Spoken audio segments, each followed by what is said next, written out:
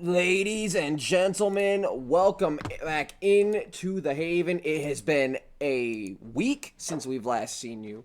And ladies and gentlemen, the first round of the playoffs are behind us now. And one of us is very happy. The other one is absolutely torn to shreds.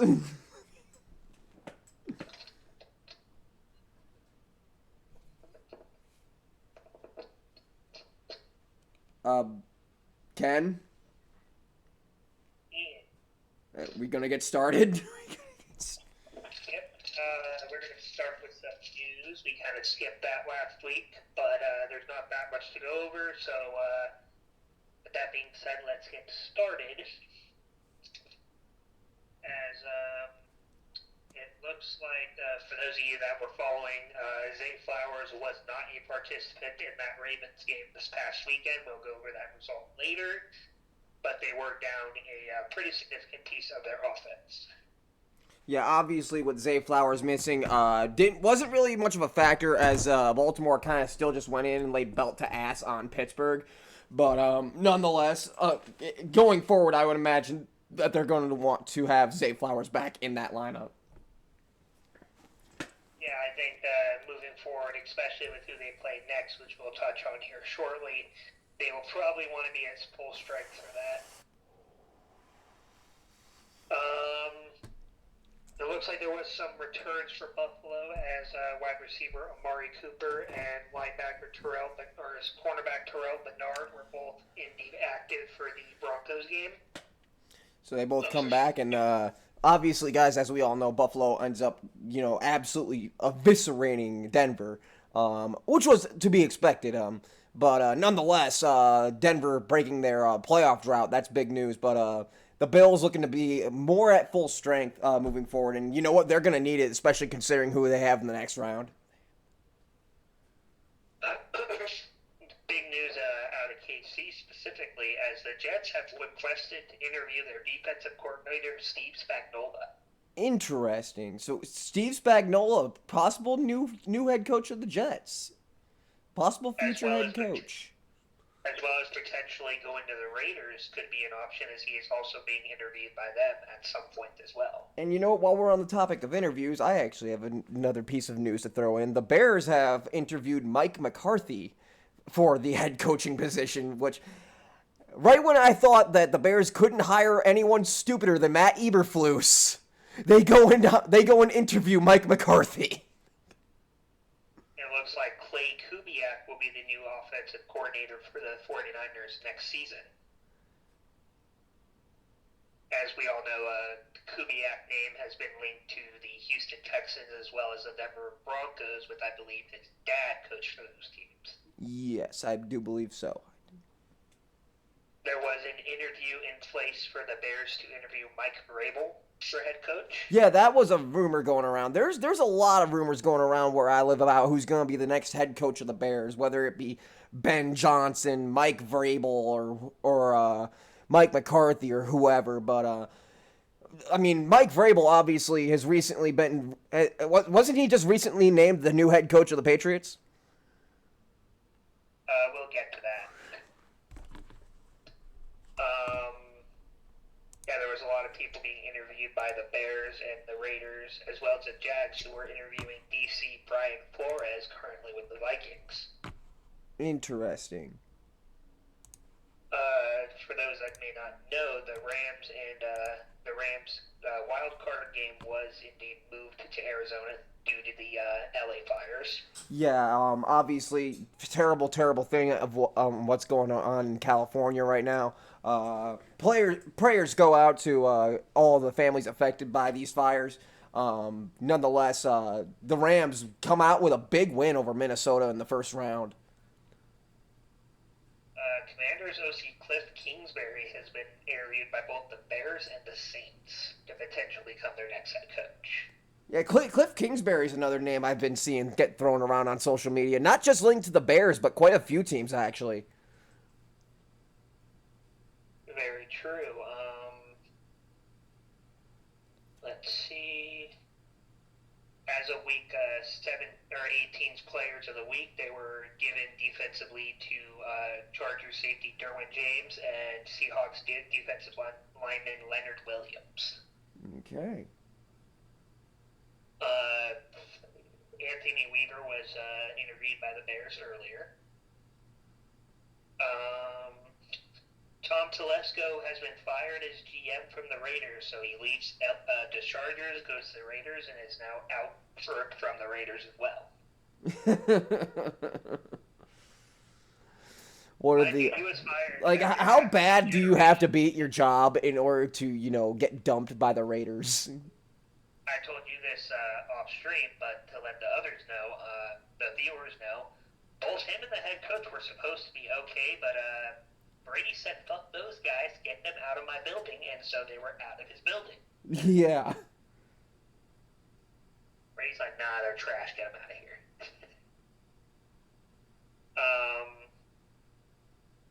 A.J. Brown was able to play this past week despite being doubtful for a good chunk of the week. But you know what? It's a good thing that Philadelphia had him, as he was a vital part of the win over Green Bay. Let's see. The Bears have completed an interview with Pete Carroll. Pete Carroll? You know what? Yeah, no, that sounds about right. Yeah, they're the defensive guy. That's who they seem to like to hire. Yep, no kidding. Let's see what else is going on here. We already know the Bears interviewed a ton of people, but I'm only going to bring up names that are worth mentioning. Yeah, it seems like the Bears and the Raiders and teams like that are kind of just, interviewing different people each day. After spending 5 seasons with the Browns, Callie Brownson is moving on to a new football team in the USA Football League specifically. Okay. Obviously, you alluded to this earlier, but Mike McCarthy was mutually let go by the Cowboys, and he was obviously interviewed by the Bears recently. Yeah, I can't imagine that you want to hire the guy that was just fired by Dallas because he sucks at his job when you just fired a guy mid-season because he sucked at his job. An important name to keep in mind here, former Jets head coach Robert Saleh has interviewed with the Raiders and the Jaguars. And, I think he got a bad rep there in New York. I definitely agree. Saleh was probably like the 8th problem in New York. And he made that, look at what happened to defense after he left. It fell to shit. Yeah, exactly. Unfortunate news for the next player, but obviously none of us feel sorry for him, as QB Deshaun Watson has re-ruptured his Achilles and will probably miss most of the 2025 season. You know what? It couldn't have happened to a more deserving person. The Saints have put in an interview for Aaron Glenn, who's currently the one of the coaching staff of the Lions. Okay. Pretty good thing there. Some of these teams you really have to keep track of because there are a lot of potential candidates. So yeah, no kidding. Obviously this one will not matter as much, but the Patriots did interview Ben Johnson about 5 days ago. Mm-hmm. Let's see. Luckily, it looks like most of this is just talking about the coaches we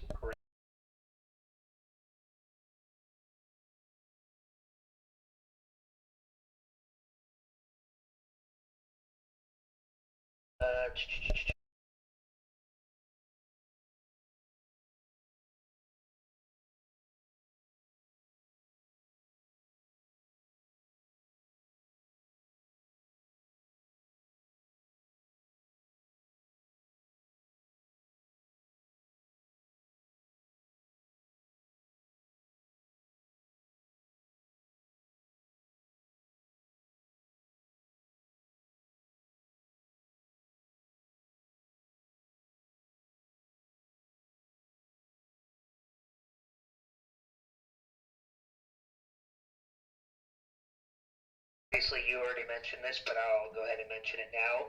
The Patriots did indeed end up signing Mike Vrabel to a multi-year contract. And you know what? It makes sense too with Mike Vrabel being a former Patriot, him going to the Patriots to become their new head coach. Yep, and that'll be the 16th head coach in the history of the New England Patriots. Only the 16th. Wow.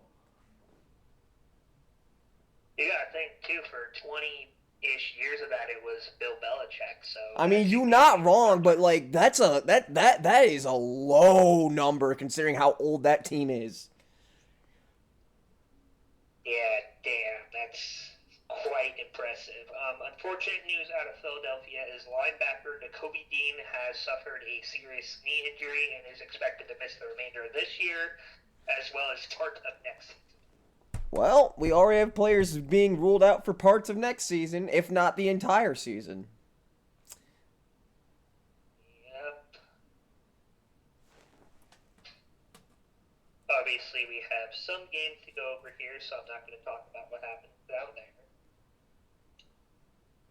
We'll touch on some of the factoids of those matchups in a few minutes.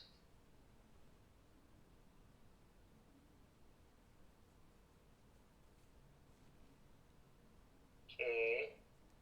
Alright. That has to do with next round. We're going to talk about that later.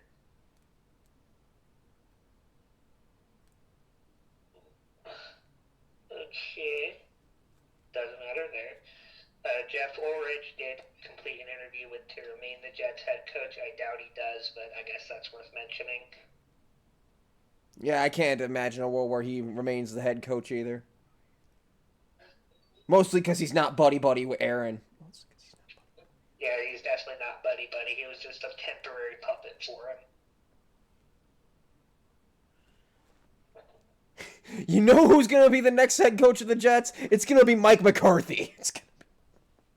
Probably. Serious injuries from Monday's game, which we'll also be talking about here shortly. As Coach McVay did tell reporters that Tyler Higbee had a chest injury that was serious enough to have to go to the hospital. However, he appeared to be in stable condition as of Monday night. Well, that is good news.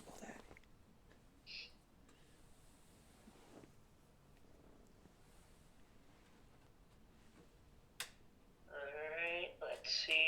You and I touched on this earlier, but the Texans have waived wide receiver Deontay Johnson. Yeah, obviously, he was signed more because of the loss of depth in the wide receiver room.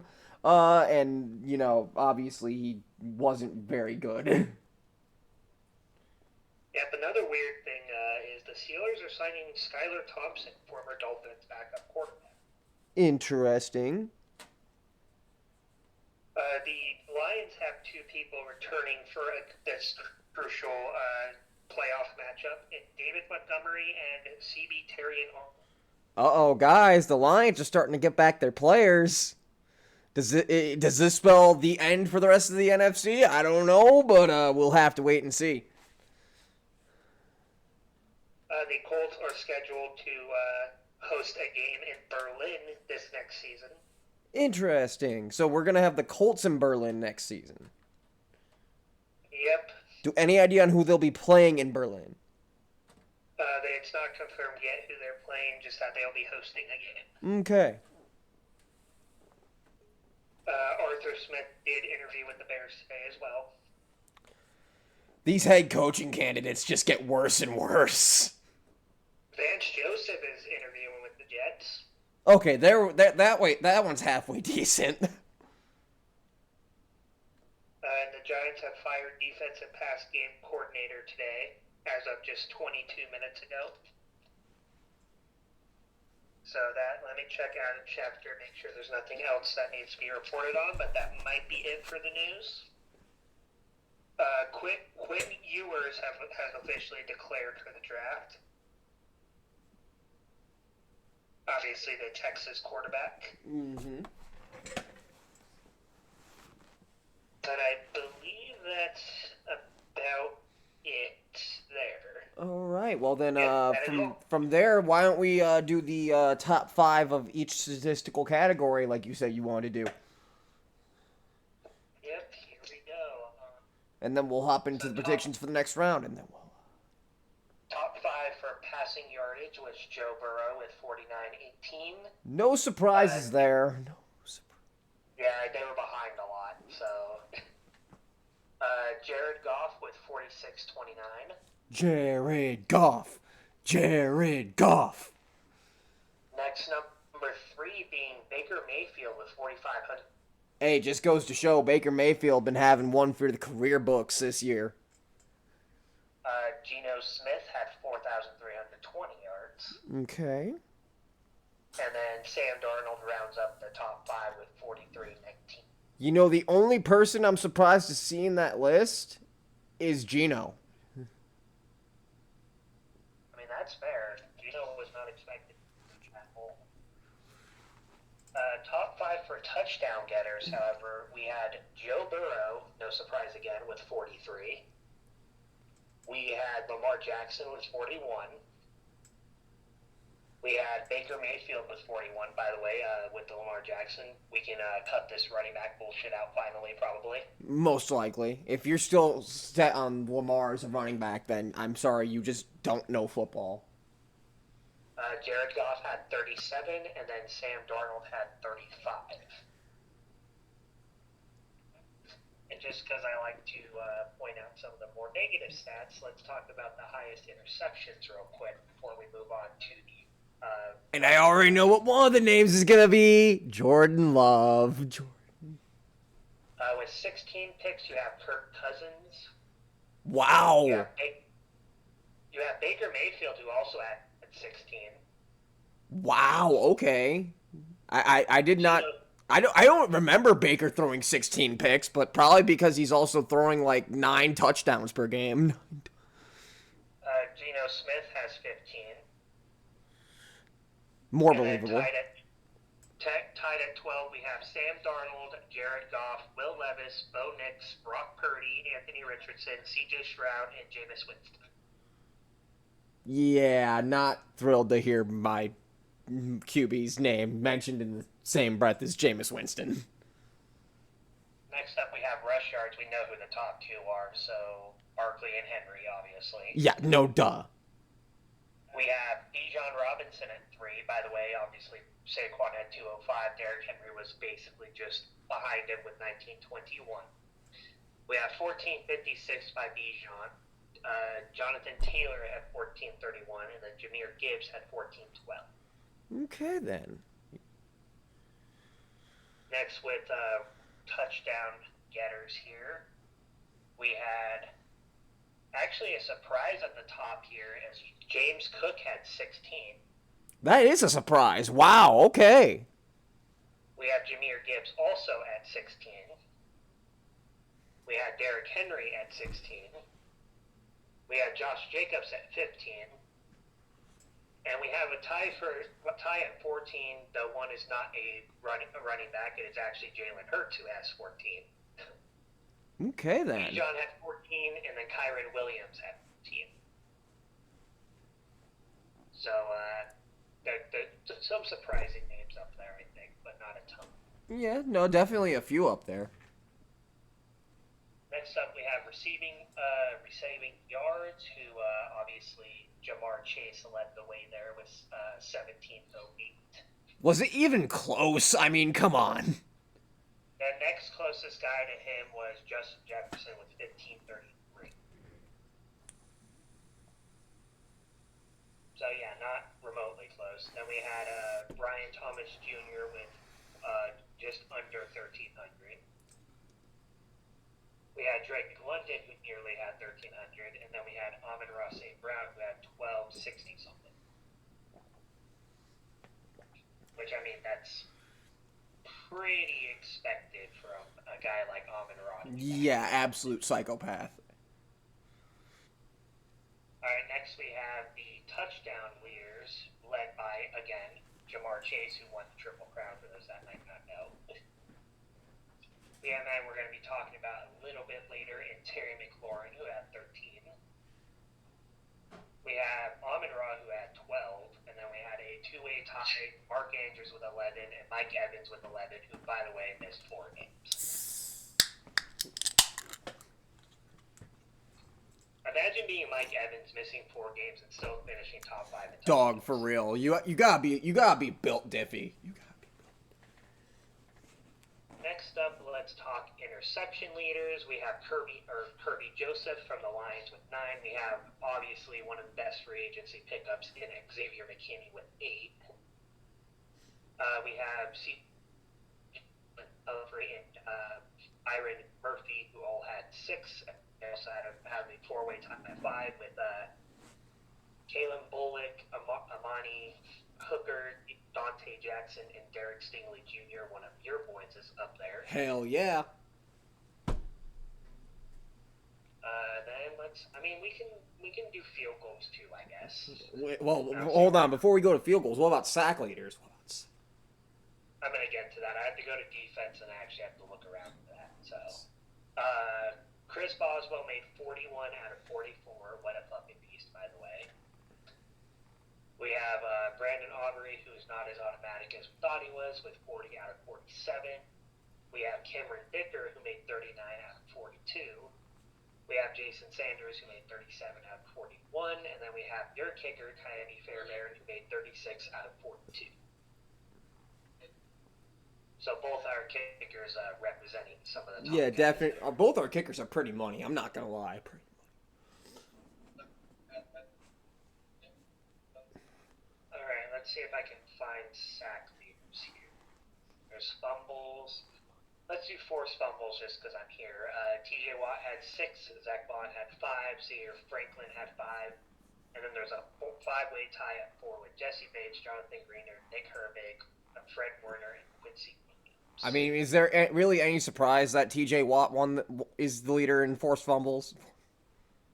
No, he just has a way of just saying yoink and stealing that away. Yeah. He's like, oh, you thought you had the ball? That's cute. Give me that. Give me that shit. Okay, let's see here. I have the ball. You had the ball. Sack leaders, you have Trey Hendrickson from the Bengals, who had 17 and a half, led the league. You have Myles Garrett, who had 14. You had Nick Benito, who had 13 and a half. You have old man Kyle Van Noy, who had 12.5. Then you have another one of your boys, Daniil Hunter, who had 12. Hell yeah. You have Jonathan Greener, a former Texan, who also had 12. Micah Parsons also had 12. And then TJ Watt only had 11 and a half. But a little bit of a down year for him, but still not that bad, all things considered. In case you're wondering, Will Anderson was also on the list at 11, just missing the top 10. So pretty good 1-2 punch there in Houston, I'd say. Yeah, definitely. And I think that is it for stat leaders. So I think we have to head over to the game recaps.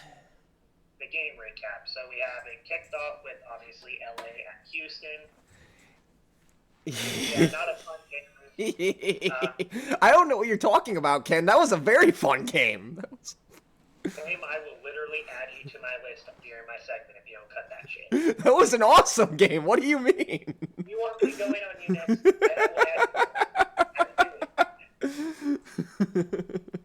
You want me to?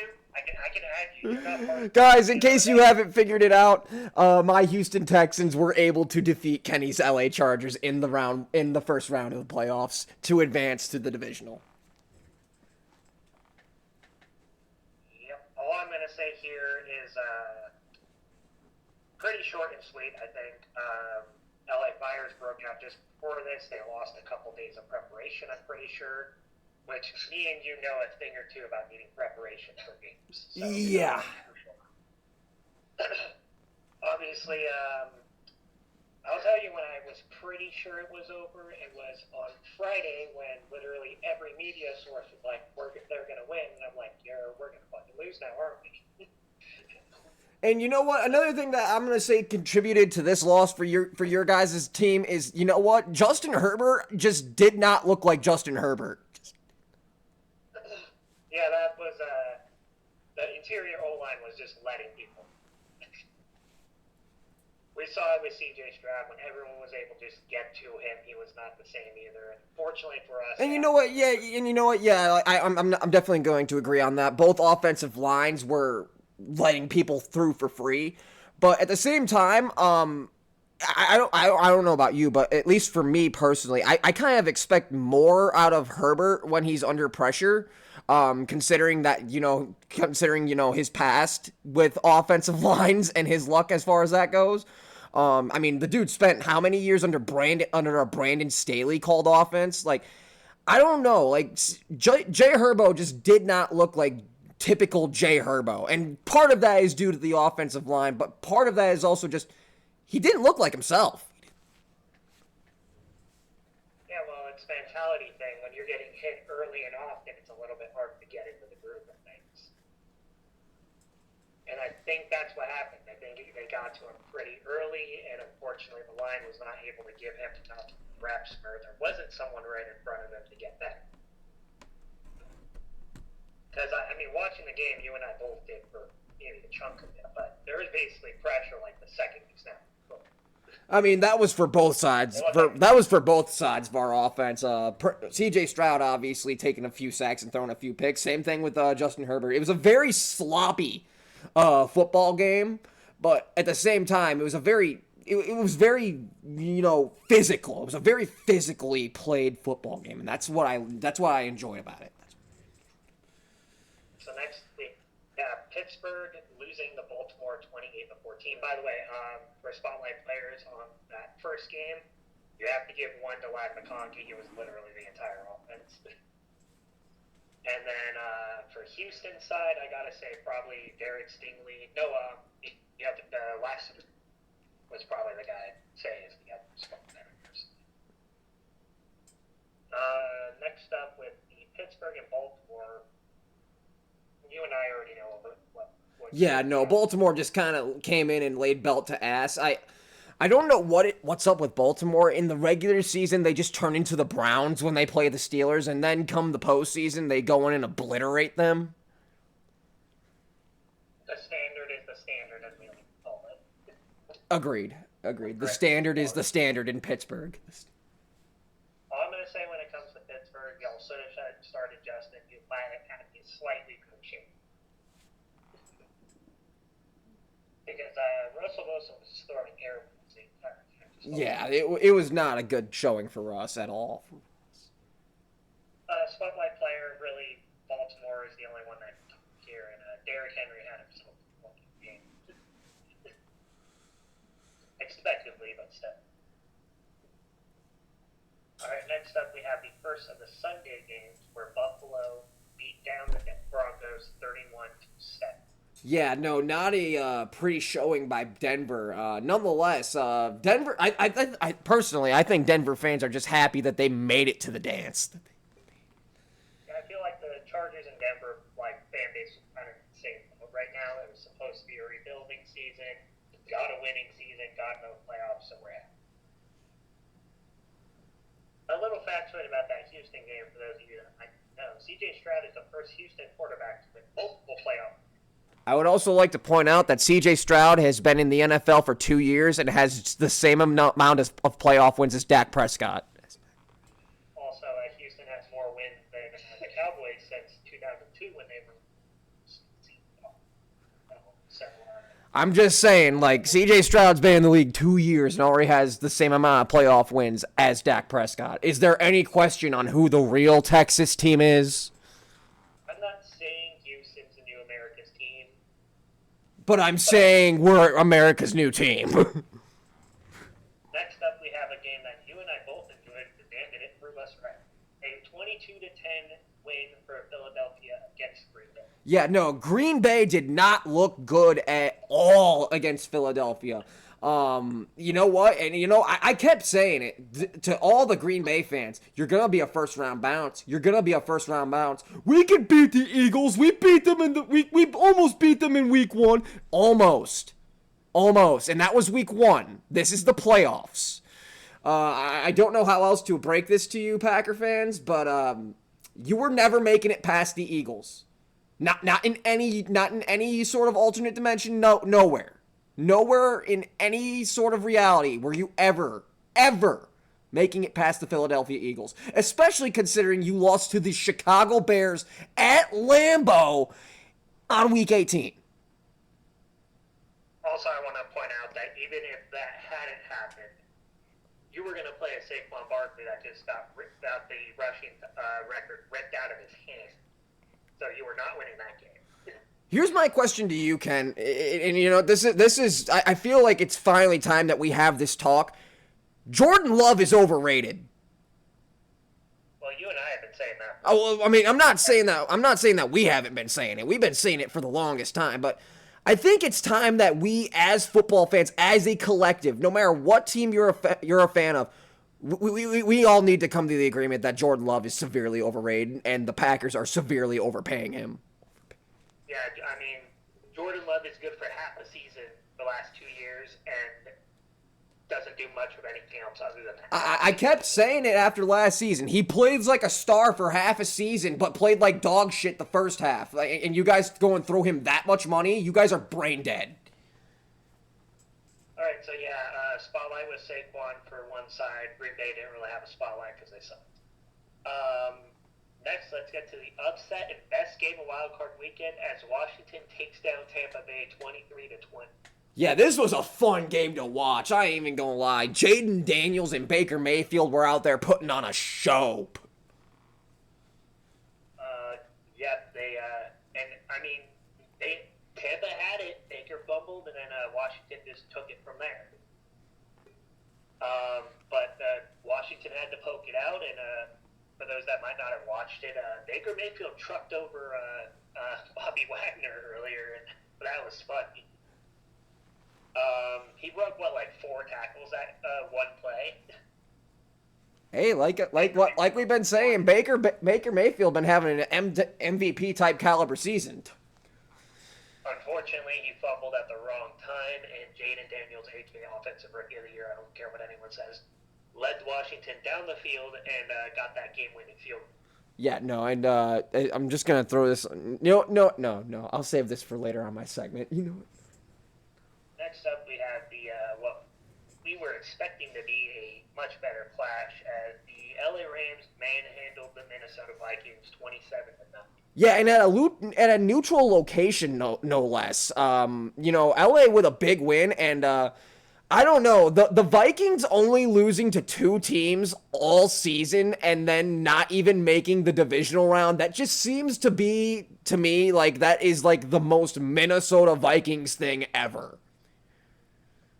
Also, I want to point out that Matthew Stafford was able to exercise some of his demons against his team from when he was with the Lions. Yeah. Damn. He did not hold back this game. He did not. Like a decade of pain, I'm about to whoop you. Yeah, no, he did not. It was not a pretty showing for the Minnesota Vikings. And that wraps up Wild Card Weekend. That was a fun weekend, and you know what? We still got a few more of them coming up. Let's hop into the divisional round predictions, Ken. What do we got first? We got, again, your Houston Texans playing at the same time period on the same day, traveling to KC to take on the Chiefs. Well, we're done. It was fun while it lasted. Guys, it was fun while it lasted, but we're both picking KC. Like, if Houston can pull it off, I'm not gonna be upset or anything. But it was fun while it lasted. But KC's winning at home. Like, come on, like no way they lose in the first round they play. I mean, as someone who's never experienced what it's like to win in the playoffs, this last week's been fun. This last week's been fun. I finally leave the shitty Chicago Bears and go to a team that might actually have playoff hopes. They did. They won. I'm happy. But I think that's all that we have to say there. Patrick Mahomes is going to turn into fucking his MVP level in the playoffs because that's what he knows how to do. It's not even that I'm worried about, dude. It's more the Chiefs' Black Devil magic. Next up, we go to the Washington Commanders traveling to Detroit to take on the Lions. And Dan, is this a toss-up game? This is a toss-up. Wow. I mean, they're both named Dan. They both don't know how to punt the football. They have punters for decorations. You're like, Shit. why punt? We can just throw the football. Shit, I don't know who to pick here. Like, I want Detroit to continue the dream run, but at the same time, like, goddamn, Jaden Daniels and the Commanders have came into the playoffs on a fucking mission.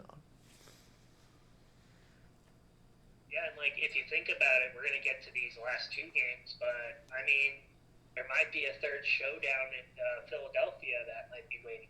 Who knows? I'm going to go with Detroit continuing the dream run. I think that they secured the number 1 seed for a reason, and not to mention, as you mentioned, they're about to get some big pieces back off the IR. So I'm going to go Detroit. I'm going to go with Detroit only because they're at home, to be honest with you. If they were not at home, I would probably not pick them. But I actually want to real quick, I don't typically do this, but I want to see what the odds are in terms of the Washington Lions game, because I'm wondering what the point differential is being predicted to be. Okay, I mean, only 9.5. That's what the separation is right now. That's not bad considering what the Commanders used to be a year ago. I mean, that's not bad. No, not at all. Not at all. No. I mean, if they somehow beat the Lions, like, damn. I mean, I wouldn't be able to pick against them. I don't care who they play next. Because, I mean, it's hard to beat Tampa. We know that. A lot of Tampa's losses were without their 2 top weapons. And if they beat Washington, I mean, if they beat Detroit, they're probably going to be the favorites to win after that. But yeah, we're both picking Detroit there. Moving on, we have the Rams traveling to Philadelphia to take on the Eagles. This is another really good game. This isn't necessarily a good game. This has the possibility to be a good game, in my opinion. Although I am more leaning towards the way of the Eagles just have kind of too much talent, and I'm gonna go Philadelphia. I'm leaning toward Philadelphia too, though. I wouldn't be surprised if the Rams could contain Saquon and force Jalen to beat them through the air. And, I mean, if they forced Jalen didn't look good that last game. Like, if you actually watched it, he did not look that good. So, I mean, if you can force him to have to throw the ball, you have a chance. But if Saquon gets going, you ain't winning. But yeah, I'm going with Philadelphia. I wouldn't be surprised if the Rams could pull it off, but they would again have to shut down Saquon for that to be an opportunity. Last up, we have the game of the week between 2 MVP candidates. Baltimore traveling to Buffalo to take on the Bills. Oh, God, this is tough. We have Lamar, I want to be the 3-time MVP Jackson versus Josh, fuck your defense out. I'm going to go with the Bills because I want to see Detroit and Buffalo in the Super Bowl. I'm also going Buffalo. Baltimore had their one win that they typically would get against a team they should beat. And this is right around where Harbaugh's going to fuck around and find out. So I'm going to go with Buffalo. And that is the divisional round. We'll obviously next week have conference championships, which no matter what happens here, I think are going to shape up to be something. Oh, I definitely think it's going to be shape up to be a very, very fun playoff going forward. But guys, moving on out of the news and predictions, we move into the 30-second timeout, and this is probably going to be the last 30-second timeout of the podcast for the 2024-2025 season, as college football is just about wrapping up. So guys, let's hop into the 30-second timeout. And guys, this week on the 30-second timeout, we are discussing the national championship. That's right, the college football playoffs are coming to an end, and we are down to 2 teams. One of these 2 teams will become the 2024 national champions, and it will be either the Ohio State Buckeyes or the Notre Dame Fighting Irish. here's what we're going to do. We're each going to give you our prediction, and then we're going to move on because obviously this is a shorter segment. So, Kenny, national championship, Ohio State, Notre Dame. Who are you taking? Number 6 Ohio State versus number 5 Notre Dame. Feel like just to make this interesting, I think we should just both root for one team. I already know who you're rooting for, so I'm going to root for Notre Dame. I think it's going to be a 28 to 27 win for Notre Dame. Interesting. As we all know, as you guys might imagine, I am going to be pulling for the Ohio State Buckeyes. My Ohio State Buckeyes. Well, not quite yet. Not quite my Ohio State Buckeyes yet, but they will be, hopefully, soon, in the near future for Journey to Immortality. But yeah, guys, that's all we got for you for the 30-second timeout. I guess the final 30-second timeout will be actually next week when we actually, announce the winner of the 2024 National Championship. So, yeah, guys, moving on out of there, we have the Journey to Immortality, which we technically don't have a segment for, although I will say we both are finally starting to work on something for you guys. This is more something for us to do during the off season, so we can still bring you guys content. Kenny, of course, is doing a coach's run in college. I am doing a player run as a wide receiver, currently in my freshman year of college. So yeah, guys, just figured we'd announce that. That will be that'll be more of your that'll be mostly your off-season segment for you guys. Will be our individual journeys to immortality, and I will say this: neither of us are really having all that much fun to start things off. I'm 0-4, and Kenny, I don't know what your record is, but I know you said that you got a locker room full of kids that don't fucking care. Yeah, for those of you that might not know, there's a mobile game where you can become a coach of a college football program and then do all that stuff. Basically, it's like you're entering the league as the 0-16 Lions with no draft capital and no hope. So it's not fun at all the first year. Yeah, I can tell. You're not having a good time over there, are you? I did nail about 6 or 7 recruits so far, so next week I'll give you what I've already gotten, and hopefully he has his end by then. Yeah, by next week I should be done with my freshman year at least, so we should be able to really kick off this segment next week. Guys, unfortunately, with it being the playoffs, we don't have anything for Fantasy Football Roundup. I know you fantasy geeks are out there really disappointed that we don't have anything for Fantasy Football, but, there's no fantasy season going on right now, so what are we going to do? Which, of course, guys, brings us to something that we added to the show during the regular season because it was really needed then, and now that we're in the playoffs, it hasn't really been needed so much. We are still going to discuss it, though. Welcome to Ref Ball of the Week. And I don't know, Ken. It seems to me there seems to be a huge difference between the regular season refereeing and the postseason refereeing. Well, yeah, we haven't really seen. I mean, I'm saying this as we haven't seen the Chiefs play in the postseason yet, but we haven't seen any egregious calls.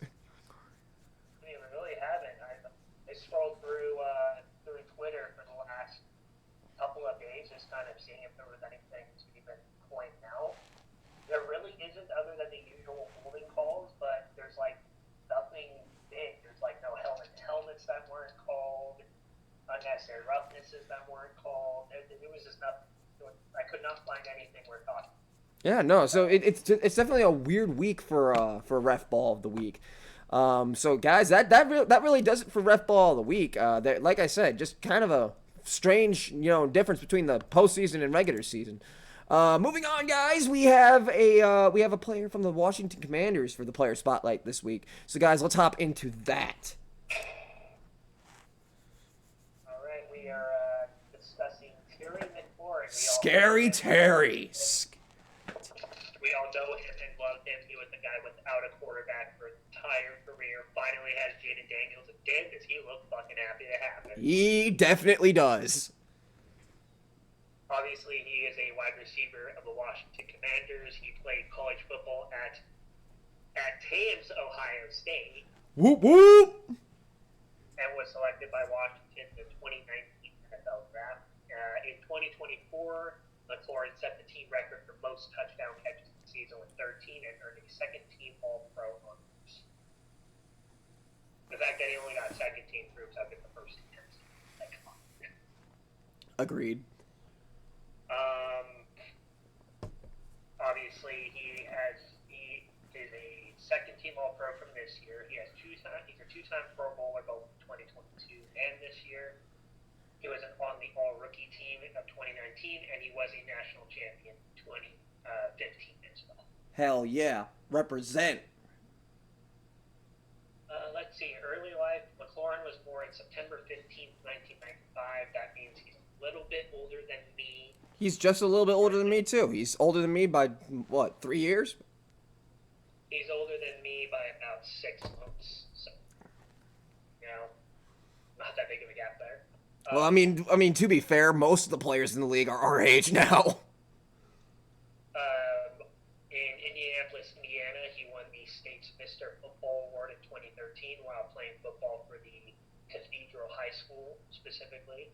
McLaurin was regarded as a 4-star recruit in the class of 2014, according to the 24/7 Sports websites. So, blue chipper. McLaurin redshirted his freshman season in 2014 as a redshirt freshman for the Ohio State Buckeyes. In 2015, McLaurin appeared in 6 games, recorded 7 tackles and fumble recovery. I guess he played special teams, I have to assume. I would imagine. As a sophomore in 2016, he recorded 11 receptions for 114 yards and 2 touchdowns in 13 games. Kind of a slow start for him there. As a junior in 2017, he recorded 29 receptions for 436 yards and 6 touchdowns, closer to what we expected in 13 games. And as a senior, he had 35 receptions for 701 yards and 11 touchdowns. These are more numbers we expected. We're kind of expecting from him. A little bit low still, but I don't know what the depth chart is like. Yeah, no, you'd have to go back and, search what the depth chart looked like back then. But nonetheless, pretty solid numbers out of him. And obviously, as you mentioned, he's a former national champion. So, very, very, very good things coming out of Ohio State. We'll take a look back at the roster he was on here in just a second once we're done going through the other stuff about him, because I'm curious to see who was over him. Terry McLaurin was drafted, obviously, 76 overall by the Washington Redskins. That looks like a fucking steal now, right? No kidding. With their first-round pick in the same draft, they drafted McLaurin's college quarterback, Dwayne Haskins. Obviously, rest in peace to him. Yes, indeed. Gone too soon. Due to the strong training camp performance, McLaurin was named a Week 1 starter. McLaurin made his NFL debut in the opening game in 2019 against the Philadelphia Eagles, where he recorded 5 receptions for 125 yards, including a 69-yard touchdown. He added to that by catching at least 5 passes and touchdowns in his 2 games, making him the first player in league history to achieve such a feat in the first 3 career appearances. So he was already really good on the team. Oh, yeah. In Week 6 against the Miami Dolphins, McLaurin had 4 receptions for 100 yards and 2 touchdowns in the Redskins' first game of the season here in Week 15 against the Eagles. McLaurin finished with 5 receptions, 130 yards, including a 75-yard touchdown. He finished the season with 58 receptions, 919 yards, and 7 touchdowns, and was named PFWA for ET in 2018. Moving on to year 2020, aka the COVID year. In Week 2, McLaurin recorded 7 receptions for 125 yards and his first touchdown of the season in an unfortunate loss to the Arizona Cardinals. In Week 4, loss again to the Baltimore Ravens. McLaurin recorded 10 receptions and 118 yards, following a season-ending injury to team captain Landon Collins in October 2020. McLaurin was unanimously voted by his teammates to replace him in a Week 9 loss against the New York Giants. So, for those of you who don't get what I just said, McLaurin became a captain after Landon Collins, another captain, got injured, and it was a unanimous team decision, which proved how much the team died. In a Week 9 loss against the New York Giants, he had 7 receptions for 115 yards and a touchdown. He did suffer a high ankle sprain against the Seattle Seahawks in Week 15 and missed the following game against the Carolina Panthers as a result. Despite this team's unstable quarterback situation, he would finish the season with 1,118 yards and 4 touchdowns. The team won the NFC East Division with McLaurin reporting 6 receptions for 75 yards in that game against Tampa, which was a 31-23 loss where they started Taylor Heineke. And by the way, for one of his first starts, he went toe-to-toe with Brady and almost beat him. So that's pretty impressive. In March of 2021, Curtis Samuel signed a 3-year contract with Washington, reuniting McLaurin with his college roommate and fellow receiver. In Week 2 against the New York Giants on Thursday Night Football, McLaurin caught 11 receptions for 107 yards and a touchdown in a 30-29 win. McLaurin then reported 123 yards off 6 receptions, 2 touchdowns in a win over Atlanta. He also reported 3 yards off 3 receptions and a touchdown in a 27-21 win against the Carolina Panthers. So this guy knows how to put up 100-yard games quite frequently. Yeah, clearly.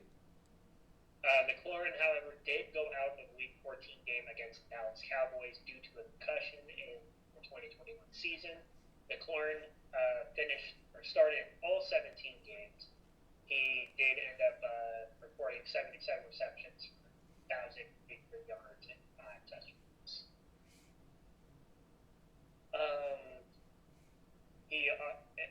He was an impending free agent in 2022. However, he was signed pretty early to a 3-year, $71 million contract with $28 million signing bonus. So he is still under contract. For those that don't have the math in their heads right now, he's due to be a free agent in 2020 after the 2021 season. So we have 1 more year from McLaurin in Washington, and I think he's probably earned a contract just based on. He did finish 2022 with 1,191 yards and touchdowns, obviously keeping the same pace, and he was elected for his first Pro Bowl. He was also ranked number 94 in the top 100 players in 2020, or in 2023, because in 2022, I hate that. McLaurin achieved his career-high single-season receiving yards record in Week 15 against the Los Angeles Rams, where he had 6 receptions for 141 yards and a touchdown. He finished the season with 4 touchdowns and 1,002 yards, making him the first Washington player to record 4 straight 1,000-yard seasons. He was ranked 97th 100 player. Yes, yet again. He obviously finished this year with over 1,000 yards and multiple touchdowns, obviously. The man finally has a quarterback. That's why. And this is a 5th season with over 5,000 or over 1,000, which means he's quietly kind of Mike Evans in that division.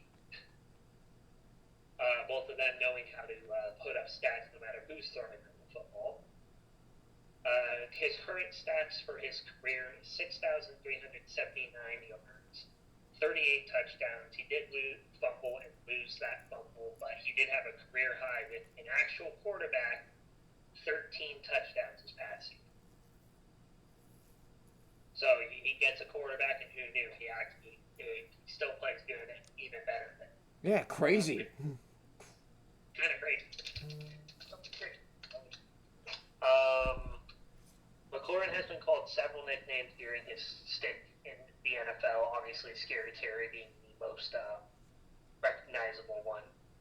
He also is called F1 and the Captain.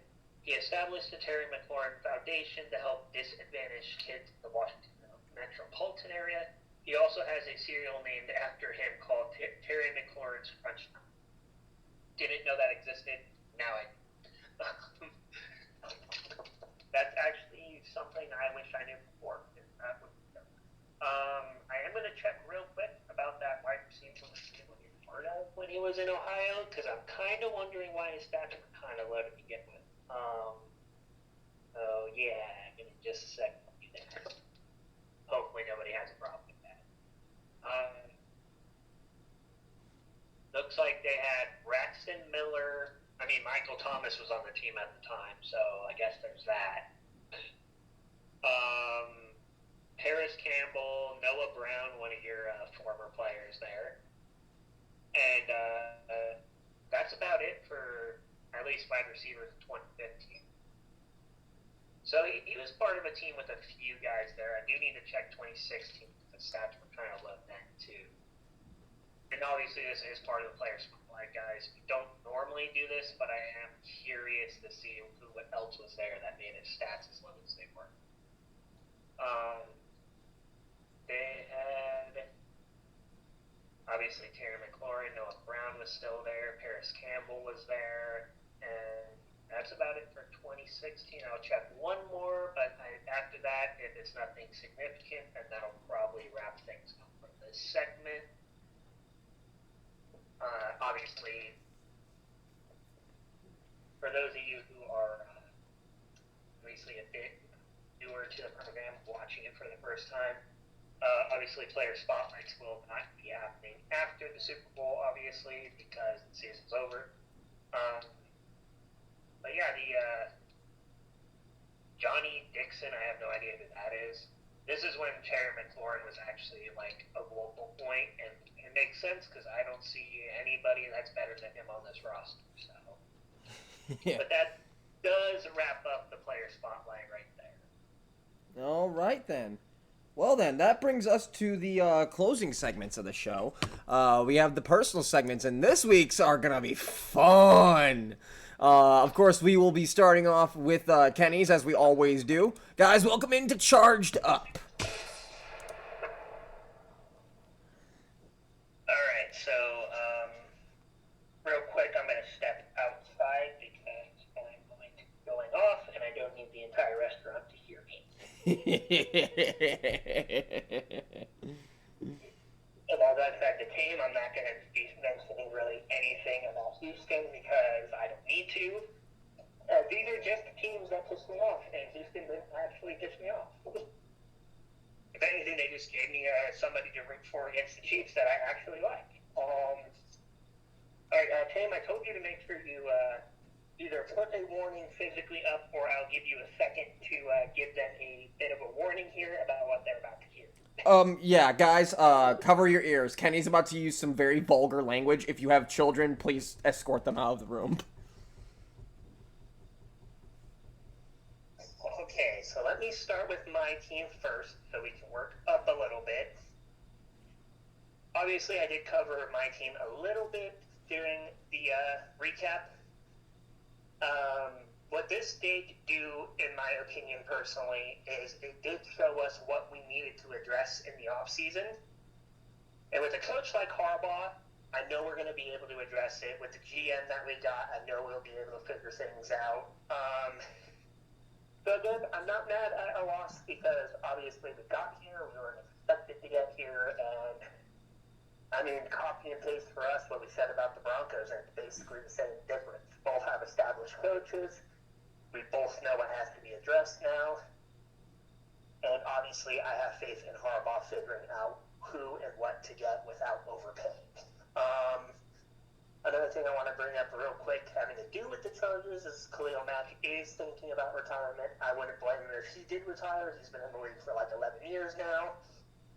In a pretty physical, I'd say, spot on the field. So I understand if he wants to. I do hope he comes back, but if he doesn't and he chooses retirement, I won't hate him for it. Obviously, he played for both my Chargers and obviously my co-host's former team in the Chicago Bears. With that, let me start with the Bears since I already brought them up. Chicago fans, y'all started the year just like Trevor Lawrence fans and said they would break Justin Herbert's rookie number. I looked up the numbers and he didn't even come fucking close, dude.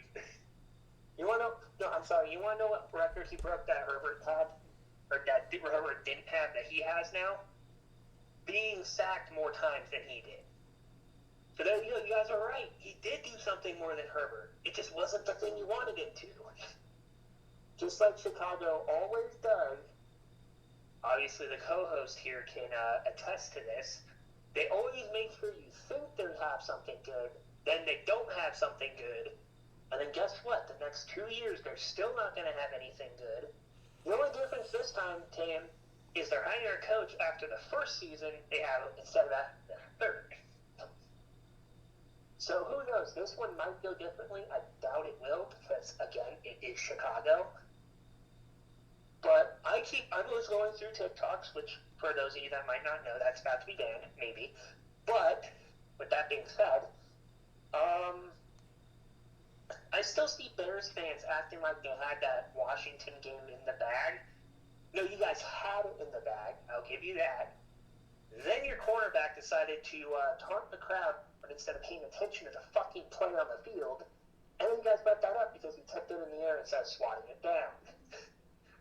So no, you guys had it in the bag, sure, but you guys didn't have the win like a nipple hair away and then the NFL screwed you over. You guys screwed yourselves over. On top of that, you guys wasted a year of DJ Moore. I don't know how the fuck you do that, by the way. Because he was there in Carolina, he was with Justin Fields, who you all thought Caleb's middle of the ground, middle of the pack ass was better than. Oh, look, he's fucking not. He's not even close. Statistically, sure, but he's not a leader. He's still a fucking child. He still acts like a child. And that's one thing that you can't teach him not to be because he refuses to learn. Look at what happened after the Texans win, which you guys are comparing C.J. Stroud's stats to his. Good job. He did slightly better than C.J. Stroud with a much better offense. Like, you and I both know that, like, the way these things work is even if the stats are bad, if you're in the playoffs, that kind of trumps the stats, don't It kind of does, yeah. Like, Nathan Peterman has been on a playoff team, and he had one of the worst years we've ever seen. He never started in one, mind you, but he's gotten to the playoffs once or twice. Brock Osweiler, he was never good, and guess what? He was in the playoffs too. Hell, he was in the playoffs with your team and the Broncos, and he wasn't good with either of them. But guess what? It doesn't matter because the defense was able to do enough, and the rest of the team was able to do enough to figure things out. But instead, your quarterback's too stupid to use his top weapon because he, for whatever reason, doesn't get that DJ Moore is his top weapon. Not Romadunze, as much as I like Keenan Allen, not Keenan Allen. He doesn't even use Cole Kmet, who's the only guy you can probably argue is a bigger target. But that's something that pissed me and Nick off because Cole Kmet's good. Yeah, Cole Kmet's very good. But he didn't even fucking throw to him until like week 10 or something, forgetting the tight ends apparently. Because I don't even think Gerald ever got involved either. Like, you have two tight ends, use them. You know? Now, Chicago fans, this is the last thing I'm going to bring up this week for you guys. You guys better pray to God you don't actually sign Mike McCarthy. Because, yes, you will start making the playoffs. Good for you, maybe. Probably not, because you guys suck. But even if you do, you're just going to lose in the first round like Mike McCarthy's pretty known for doing. Yeah, he was with Dallas last year, and the last couple years. And yes, Dallas is also dog shit in the playoffs. But Dallas is also, as much as we sit on them, a way better constructed team than you are. Now, they're not anymore because Jerry Jones went all in on the Kool-Aid, and that didn't work out for him. But, yeah, the Bears just need to figure this out, and Caleb needs to actually do something before he's coming at me sideways about this little fucking soon-to-be second-year player that doesn't know who his weapons are. I'm going to take a deep breath real quick. Caleb, if you have anything you want to say while I'm taking this deep breath, do it, because you're not going to have another opportunity. I got nothing to say until my segment.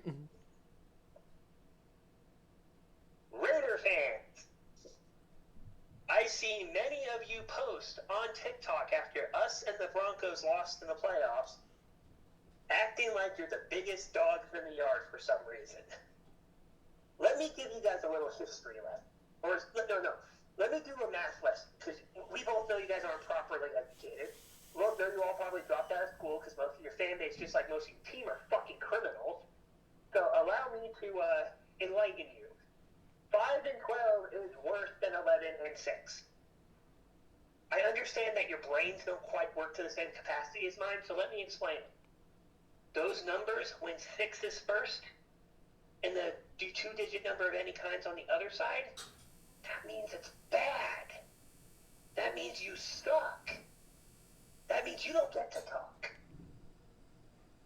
When it's on the flip side and it's 11 and 6, that means you had a good record. That means you got a winning record. That means you get to pass go, collect $200, whatever phrase you want to use. You probably don't even know what that's from because you're that fucking stupid. So let me tell you, it's fucking Monopoly, okay? So, with that being said, 5 and 12 means you won 5 games. Hopefully you guys are sticking up with me here. You lost 12. Which somehow you guys still didn't get in the top 5. Maybe you got number 5, but I don't remember. You might have 5 or 6. You guys are so bad you can't even tank properly. And yes, I know you're technically not supposed to want to tank, but you honestly think these teams that lose really bad games or keep things close and then lose actually lose because they suck, or they lose because they know they suck, but they could still win, but they don't want to because they want to get more talent on the team? I'm pretty sure Tank can agree with me. Most teams that tank don't make it obvious they tank, but they're obviously still tanking to anybody with a brain and IQ higher than a fucking goldfish, which I already know from talking to your fan base, there's not many people in your fan base that have an IQ higher than a fucking goldfish. Hell, rocks are smarter than 90% of you dumbass. And then we move on to we were just talking about talent. Let's talk about talent real quick. You guys lose Devontae Adams because you guys can't put a quarterback in the room that can throw him the football without getting him fucking murdered on every fucking catch. That's why he left. Yes, it was partially because Derek Carr wasn't there anymore, and that's why he came in. And yes, part of it was because he wanted to reunite with Aaron Rodgers. But guess what? If you didn't have a quarterback that threw him hospital passes every single fucking play, he might have wanted to stay. Oh, and I don't know if Tame heard this, but Max Crosby isn't happy with the situation either. You know, your guys' Porsche next to the crumbling dumpster fire of a mobile home, that little meme. Your guys' mobile home is not only a wreck, just looks like a wreck, yours is literally on fire. Yours is wreckage. Yours is pretty comparable to what the Titanic wreckage looks like right now, just on fire instead of underwater. Why? Because you guys never do anything fucking right. Guess what? Tom Brady is one of your owners now. He might actually make you guys into a winning team because he knows what it's like to win. Which, by the way, kind of ironic that the guy that basically single-handedly plunged a blade into your fucking chest is now the only way you're going to get to relevancy. Yeah, Tuck Rule. You guys remember that? Yeah, I remember that. That was actually pretty funny. Like, I hate the Patriots, but damn did they make you guys look like fucking dumbasses for that. So, I mean, yeah, there's not really a quarterback in college right now that's ready to play. Let's be honest with ourselves. But guess what? You guys don't have a quarterback on your roster that I think is better than anybody in college right now that you'd be able to draft. There's also going to be a pretty small market for QBs, and I doubt any of them want to go behind an offensive line that's going to get them killed by week 3. Or a defense that's going to let up 40 when you're scoring 25 to maybe 30. I pray, I said this to you, Tam, the only way I'll hope that anybody does well on the Raiders is if Justin Fields goes there, and I hope for his own health he fucking doesn't. Because damn, that team is terrible. I know that some of you Raider fans are probably watching from a correctional facility waiting to talk to your family members who are also probably criminals. Or maybe you guys are waiting for your own lawyers because you did some dumb shit. Because that's all Raider fans know how to do. They know how to talk shit. Most of the time that doesn't work. They try to throw hands. That also doesn't work. And then guess what? You suck at both of those, but then you get in trouble because you try to throw hands with somebody that's better than you, kind of like anybody in this division is better than you. You guys are probably the worst team in the NFL, and yes, worse than the Panthers, because at least they look like they showed some fight. And yes, you guys did win some games down the stretch, but you guys did it at the shittiest time to win games. So yes, you finished with a better record, I think, than the Panthers, or maybe the same record. But there's a smarter team. They have an actual quarterback who we thought take strides. Like, we all shit on Bryce Young, but dang, did he prove us wrong the rest of the season, didn't he? Like, Gardner Minshew, we talked about this last week. My co-host had a little bit too much faith in him. And just like you guys, who had a little bit too much faith in him, he was let down just like you guys were let down. You want to know the difference? My co-host likes the Texans, an actual football team. You guys like the Raiders, a clown football team, a team that is better fit to go to maybe NCAA. Oh, wait, no, they can't even do that because Ohio State would probably make them into their bitch within 5 seconds. You guys are such a bad team. Whoever you guys play next season, there's about a 50-50 chance that Max Crosby's going to say, fuck this, and go to the other sideline. Because you guys are that fucking bad. Not only that, but you guys are really trying for these really good coaches, but you really think it's going to matter when your players aren't going to play good anyway? You guys are literally just the Patriots and Chargers. Yes, you guys take some hour fucking sloppy seconds because that's all you can afford to do. That doesn't work. You try to take New England sloppy seconds. That doesn't work. You guys try to build your own identity. That doesn't work. You want to know what's going to work? Nuking your fucking stadium and starting over. Just go to a new city, build a new stadium, start from scratch, because guess what? You're not doing shit as long as your name's the fucking Raiders. Because you're always going to fuck everything up. Yes, the Chargers charged it in the playoffs, but we made it there. That's more than we can say for you. Hell, last time you guys went, you guys got schooled by fucking Joe Flacco, and then before that you got schooled by, I think it was Miami of all fucking teams or something like that. I forgot which one it was. You guys sucked in it, so who the fuck cares who you guys played? Point is, you lost. Just like you always do.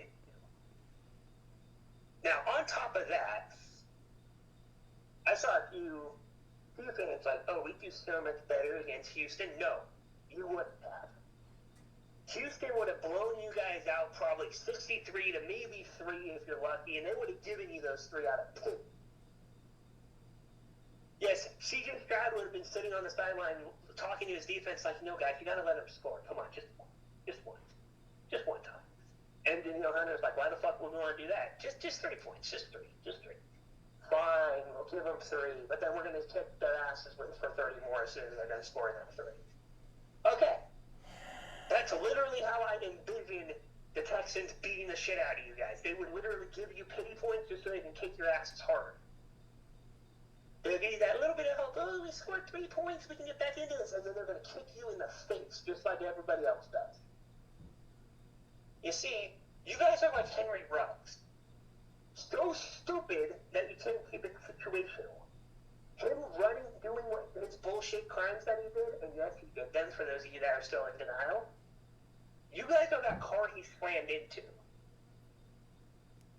Full of hope, and then reality smacks you in the face with its fucking cock.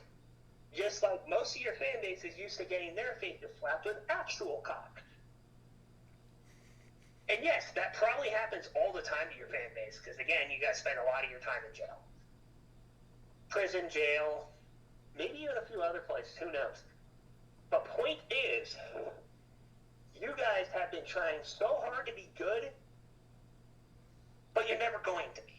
You're going to be a laughingstock of not only our division, but the NFL. Guess what? You usurped the Browns as the saddest franchise right now. You know how hard that is to do? They had an 06 and 16 season, and I still fear playing them over you, because they actually have players that give a damn, for one. They have a coach that's better than yours, for 2. And for 3, they occasionally come up with these wins that shouldn't get, which makes them more watchable. You know what I do during a Raiders game? I go take a shit in the bathroom for 3 hours because that's more entertaining than whatever the fuck I'm going to watch on my screen. I bring a fucking paper, I bring a paper, book, whatever I want to bring with me. I do that because whatever the fuck I'm going to do over there is going to be way more fun to do than trying to suffer through watching a game that I want to scoop my eyeballs out with fucking chops. I'm surprised most of your fan base even exists up to this point and still try to talk shit considering how many times they've been kicked in the dick. Hell, even my co-host here had enough of getting kicked in the dick by his old team and went to a team that's worth a damn. Yet you guys stick with yours, you point and laugh at mine. The last time you guys were relevant was, 2002, 2004, whatever it was when you beat the Bucks in the Super Bowl? Good job. Here's your ring pop, buddy. You think I give a damn about that? You think any of us give a damn about that? None of us do. That Super Bowl was such a long time ago compared to where we're at now that you guys are basically the Cowboys of the AFC. And don't take that as a compliment, because you're the Cowboys if they were actually the Panthers. You're the Cowboys, they were the Panthers in the sense that you will always lose, no matter how many times, to every other team in this division.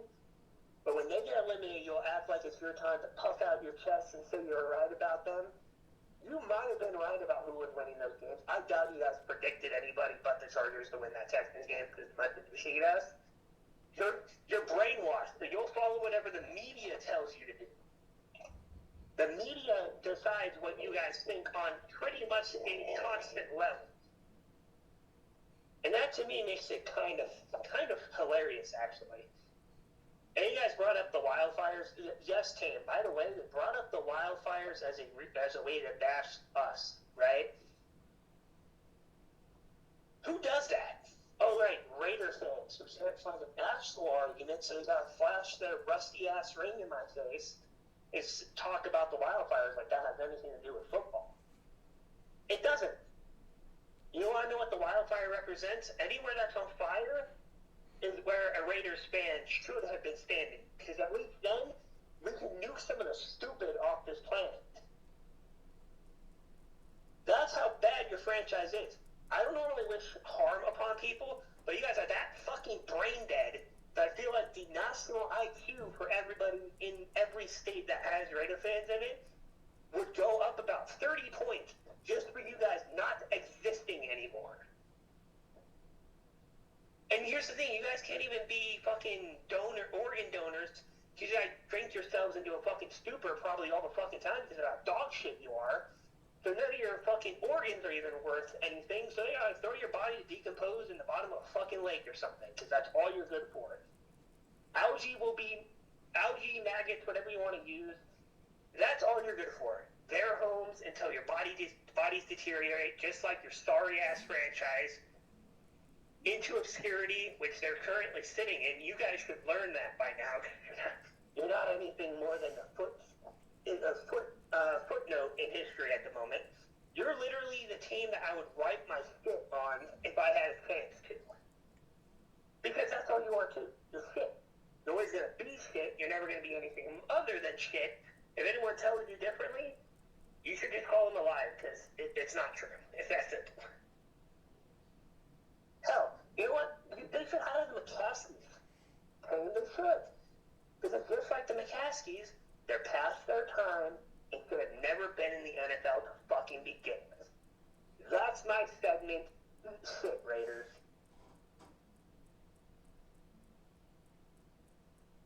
You done? Yes, I'm done. Okay, Kenny, clearly going on a rant there. My goodness. Oh my goodness. I kind of zoned out there towards the end because I was like, this motherfucker's still going. He's still going, isn't he? But guys... one more thing. I told somebody specific to watch. You know who you are, so I'm not going to vocalize it because I don't want people spamming you. Scorched earth, bitch. I told you this would happen. Get fucked. Now I'm done. Okay. Kenny's clearly feeling some type of way today, guys. But that, of course, brings us to my segment, and then we'll, of course, be getting to the final segment of the show. Guys, welcome into the Houston Huddle. Houston, we have a problem. And guys, a lot of you may be wondering why I usually don't talk about the other teams in the AFC South, and that's because, quite frankly, we're the only team that's relevant in the AFC South. I mean, come on, who else am I going to talk about? The fucking Colts? The fucking Titans? I mean, come on. Let's be real here. Judging from what city I live in, which is the city of Chicago, I obviously am around a lot of NFC North drama, and that is the division I'm going to touch on. Not just the Bears, not just the Packers, the entire division. The Lions are the new runners of that division. I as someone who doesn't align himself with that division anymore, I have pretty much come to accept that. The Lions have brass balls of steel. Yeah. The Vikings, Lions, and the Vikings, Packers, and Bears. Now that's where the issues come in. Sam Darnold obviously had a very good regular season. We get to the postseason and he kind of shits the bed. I'm not gonna really rag too hard on Ginger Jesus here because obviously he did have a very good regular season. Obviously, just kind of gotta clean it up in the regular season, but. Really, what I want to talk about is the Packers and Bears, because I feel like those two teams are kind of one and the same, despite the fact that the Packers had a winning record and made the playoffs. Guys, do you realize the Packers all this season only beat 2 teams with a winning record? 2. That's not a lot. And it's not exactly like they won by much either.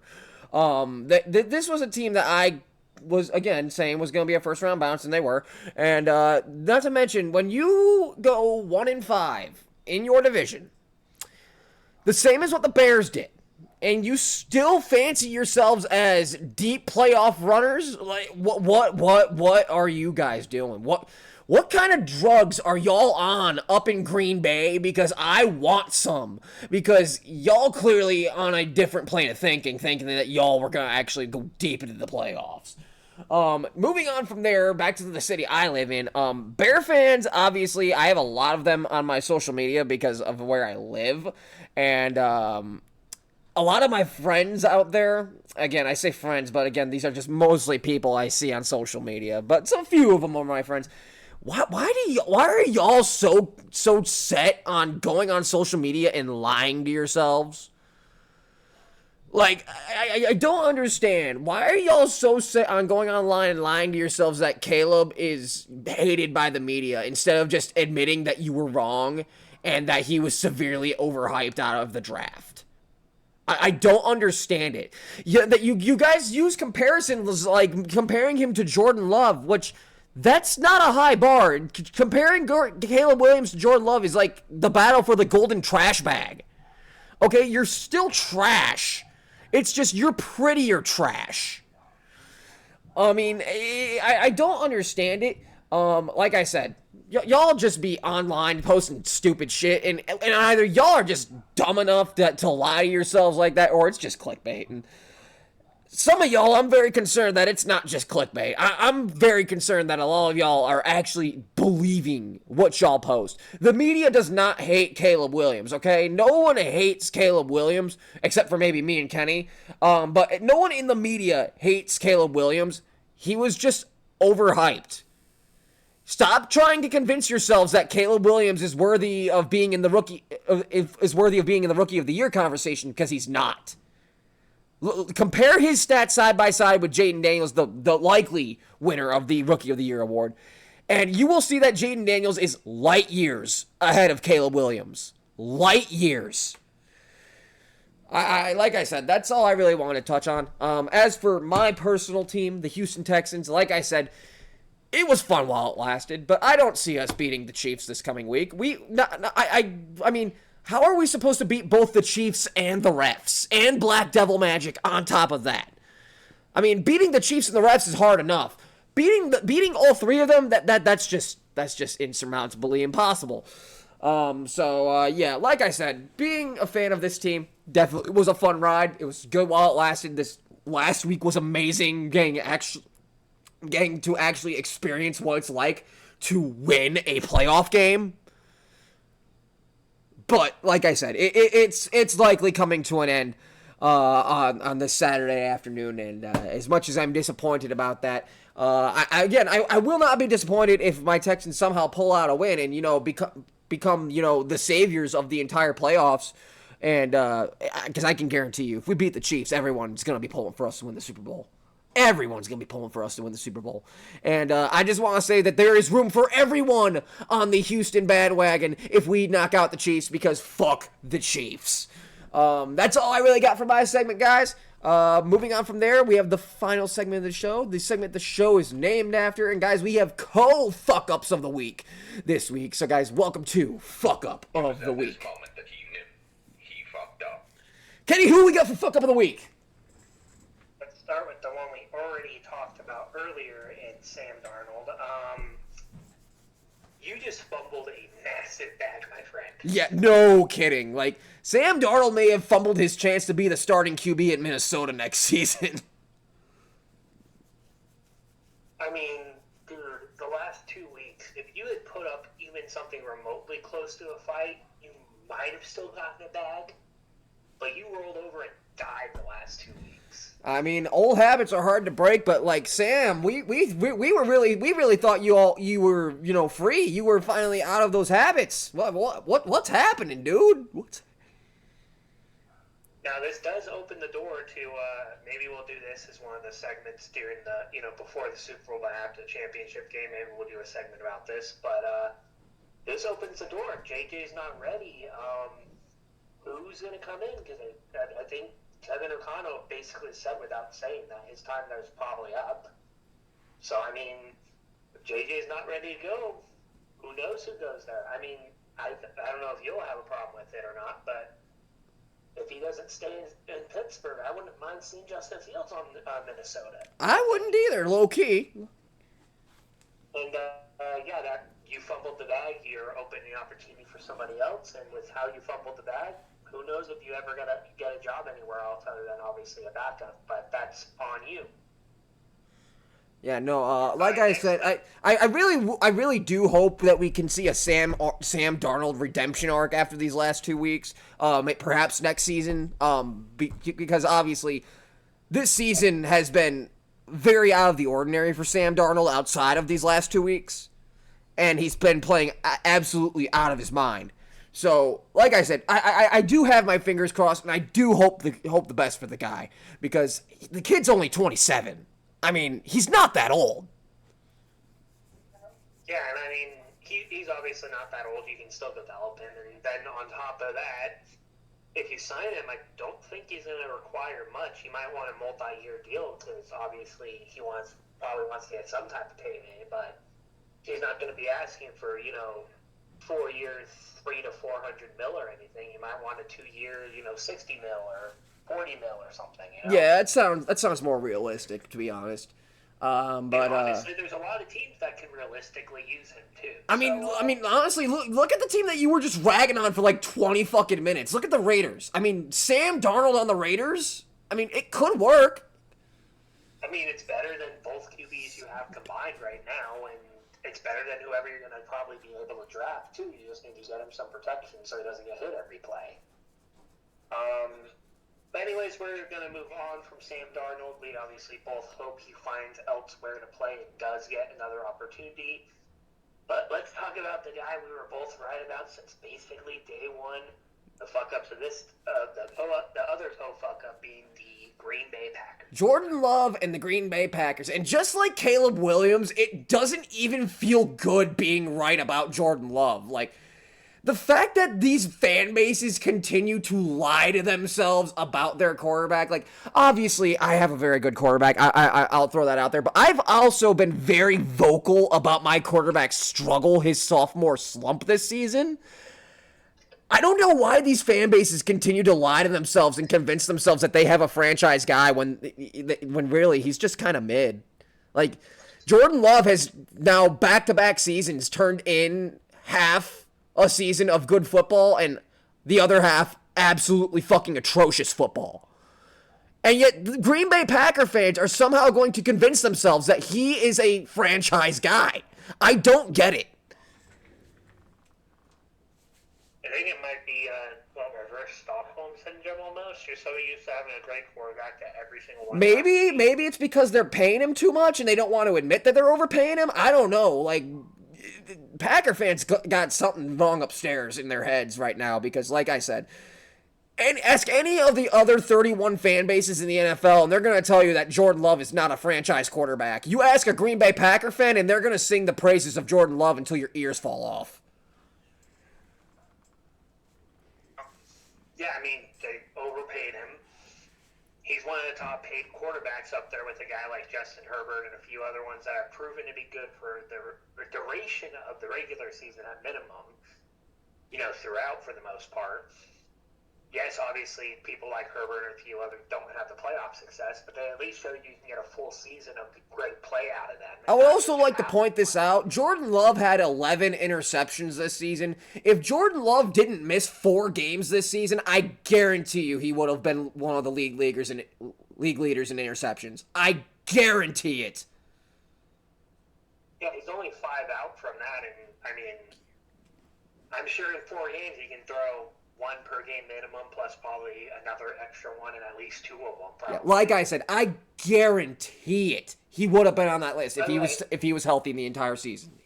Another way you know he's not a franchise guy, when he went down, Malik Willis was able to lead them to wins. I mean, it's the truth. It is definitely the truth. You're paying a guy all this money, and there's a guy on the bench that ran the team as good, if not better, than your starter. That's making basically no money right now. He auditioned, those 3 or 4 games, however many it was, he basically auditioned to potentially take somebody's job next year, and damn did he make sure to prove that he might be worth it. But yeah, those are the co-fuck-ups of the week. I feel like both of them are there for the same reason, just one specified to a player, and then the other one's the team and the player, but yeah, basically the same type of scenario. Yeah, pretty much. But guys, we do want to thank you for tuning in to episode 24 of the Helmet Haven Football Fuck Up Show. We've had a lot of fun doing this season, although we did miss the later half of the season, but that's neither here nor there. That's in the past, and you know what? Next season we will have the full season. I promise you guys. We obviously struggled to bring you a full season this year, but we are going to bring you the full season next year. I promise you that. Kenny, any closing thoughts before we get out of here? Nope. Just hope you guys enjoy the divisional playoffs and your teams win, unless you're the Chiefs, in which case you can go fuck yourselves. And yeah, that's about it. Yeah, guys, so there you guys have it. We will see you guys in another week after the divisional round when we announce the conference championships and who has a shot of representing their conference in the Super Bowl, guys. We will see you guys next week, and fuck the Chiefs.